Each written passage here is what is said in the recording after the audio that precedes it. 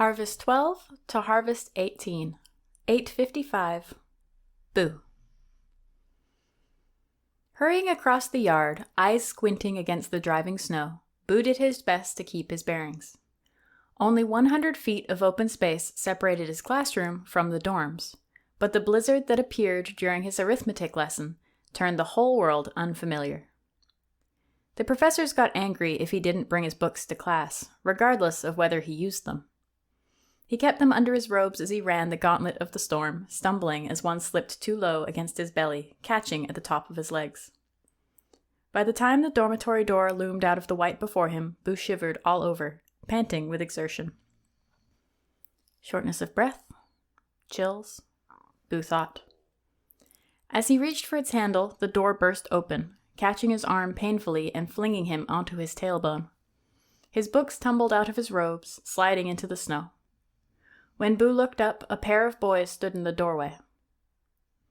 They were the same boys that laughed at him in class whenever the teachers made him prove he didn't know anything, and whispered to one another as he walked by, their stares burning against his skin. "Oh, sorry, Boo," T, the leading boy, said, not sounding very sorry at all. "We didn't see you there." Behind T, one of the other boys laughed, only to be elbowed into quiet by his smirking companion.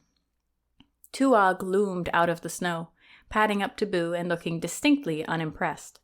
He had the uncanny knack of disappearing into the background of human awareness, despite his size and glowing eyes. His sudden reappearance wiped the grins off the boys' faces. T cleared his throat, sidling past Boo, his friends hot on his heels. "We were just heading to the library," he explained to Tuog. To Boo, he added, "We'd invite you, but we know reading isn't your strong suit." The disdain in his eyes belied his sincere tone. They turned, swallowed up by the blizzard, leaving Boo planted firmly in the snow. Brushing himself off and rubbing at his sore tailbone, Boo pulled himself to his feet. He swung his arms a few times to test his shoulder, and on finding it only bruised, he adjusted his robes back into place, shivering as snow fell onto his collar. As an afterthought, he gathered up his books. "You could have growled or something at least," Boo muttered to Tuog. "What's the point of having a giant killer attack dog if it just—" He waved a vague hand at the Grimm's impressive bulk. "Looms." Tuog didn't deign to answer, instead shaking as if the snow could stick to his ethereal coat. Boo paused, hand on the door handle, and took a deep breath. He just needed to get to his room, then he could sleep and put another awful day behind him. The common areas of the dormitory burbled with quiet activity as students hunkered down to weather the blizzard. Keeping his head down, Boo ignored them all, walking as fast as he could without breaking into a run. He felt eyes on him like slugs, heavy and cold. Nausea.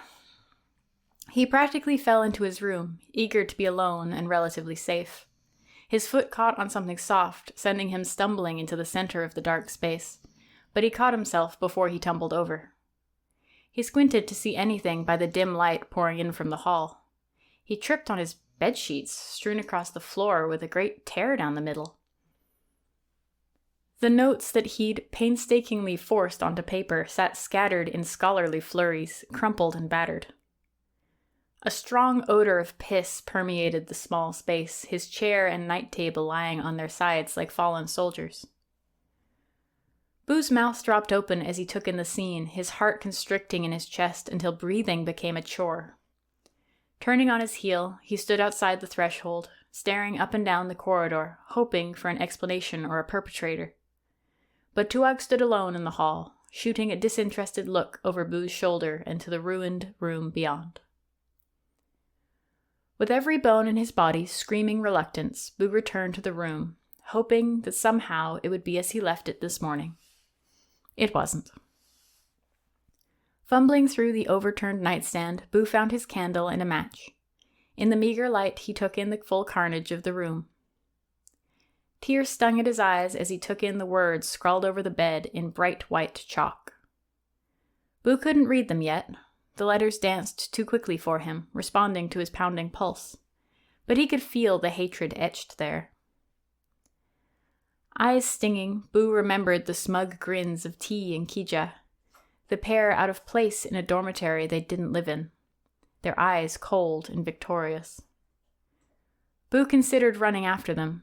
Face growing hot, he savored the image of each boy doubling over, their hearts in his hands as he showed them how hard he'd been working to keep from lashing out. How good it might feel to finally let go. To let the other students know that the Grimm wasn't the only monster worth fearing on their campus.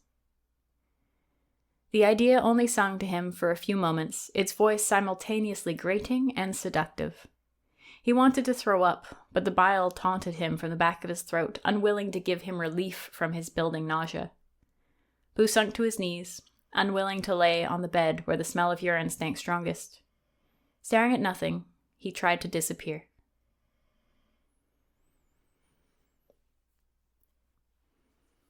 His professors buzzed around him like flies, quick and circling, but without any purpose Boo could deduce.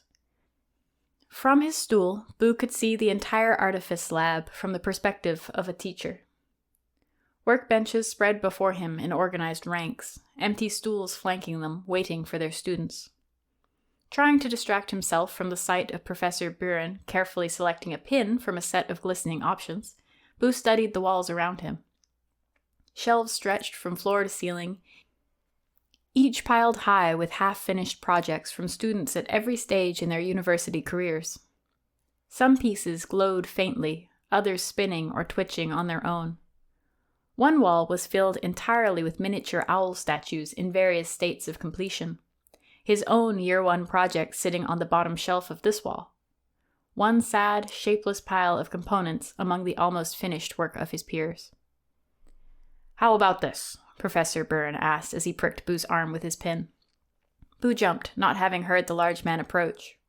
The jab stung, growing more painful as the professor continued to prod the same place. Boo grit his teeth until he couldn't help the groan that escaped between them. Tuog sat by the door, watching the proceedings with amused puzzlement written across his muzzle. As he once again failed to react, the hard clack of chalk on slate rang out, another variation being scraped from the list. "I really thought that one would work," Professor Buren said to Professor Rowe as he returned the pin. "It might be only a genuine threat that riles it." Boo twisted to stare at the professors, but they only looked at him like he was a puzzle to be solved. Rubbing at his sore arm, he turned back to see Aru crouching before him, waiting patiently for his attention. Boo cringed when he saw the feather in her hand. "Really?" he asked.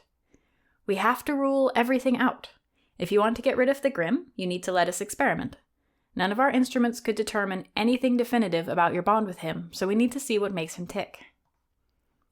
Aru's voice wasn't unkind, but nor did it have much patience left in it. This would be their second session in the workshop, both of which had lasted hours. Measurements, readings, pokings, proddings, endless questions, all escalating as each option failed to determine a result. "Shoes off, please." With a groan, Boo complied, prying off the new deerskin shoes that had been provided to him and wiggling his toes in the cool air. As Aru brought the feather to his feet, Boo braced himself as best he could. Aru only stopped tickling him when tears rolled down his face. "Okay, next up is magic," Professor Rowe announced, running a long chalk line through another option on the board. He marched over to Boo with a long, elegant wand in hand, something he had probably made in this very room. Ignoring Boo's nervous shuffling, he began to wave the wand in a simple loop, incanting in a monotone until Boo reached up, not quite grabbing at the tip, and cleared his throat loudly. "Is this really necessary? The Grimm only seems to react when I cast something. Maybe we should start there?" Professor Rowe shot him an annoyed glance, dismissing his own spell with a flick of his wrist.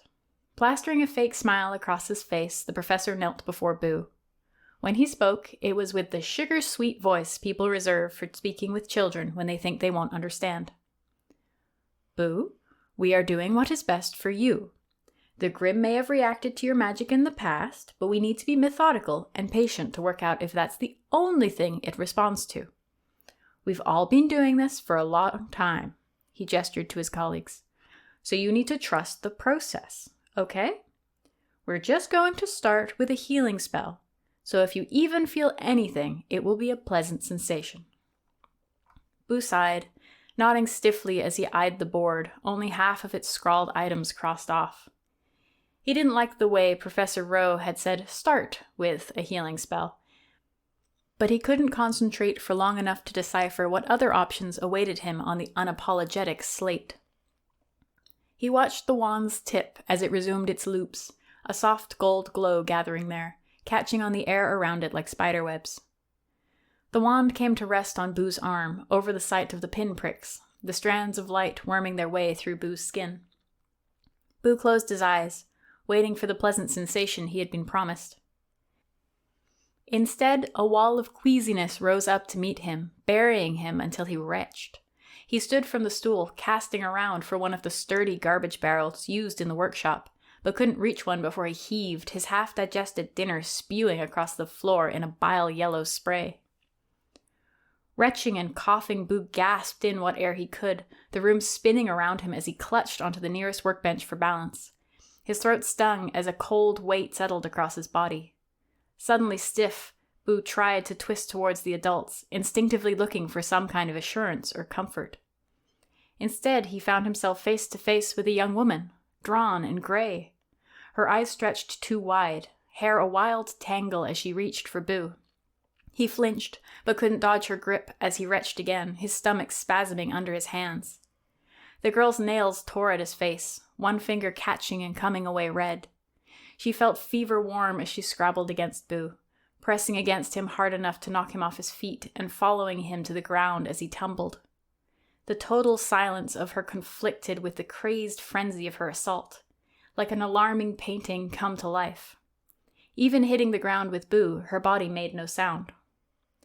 Boo coughed out a scream, throwing up his arms to try to shield his face, kicking and squirming as primal terror clenched his muscles in its grip. His chest ached, black spots floating at the edge of his vision. As quickly as she had appeared, the girl vanished, pulling apart into wisps of gray smoke as Tuog lunged through her body. With a snarl, the Grimm shook his head, teeth snapping against the empty air as he dissipated the smoke. Panting, Boo lay still, trying to fill his lungs with enough breath to satisfy them. Beyond the Grimm, he could see the teachers, his teachers, pale and staring, hands halfway to weapons or wands or poised with pen or chalk. Several mouths hung open in shock. No one moved to help him. Boo sat up slowly as Tuog placed himself between Boo and the professors, no longer taking a threatening pose, his position enough of a threat on its own. Ignoring questions from his teachers that made it painfully obvious they had not seen the girl, only Boo having some kind of fit, Boo carefully got to his feet. He left the workshop without a word, Tuog in his wake. Stumbling along the corridors, he muttered prayers to Anaya, asking for safety, protection, courage, anything to stop his fear. He walked until he found an empty classroom. Finally alone, he lay down and cried himself to sleep under the watchful, impassive gaze of the Grimm.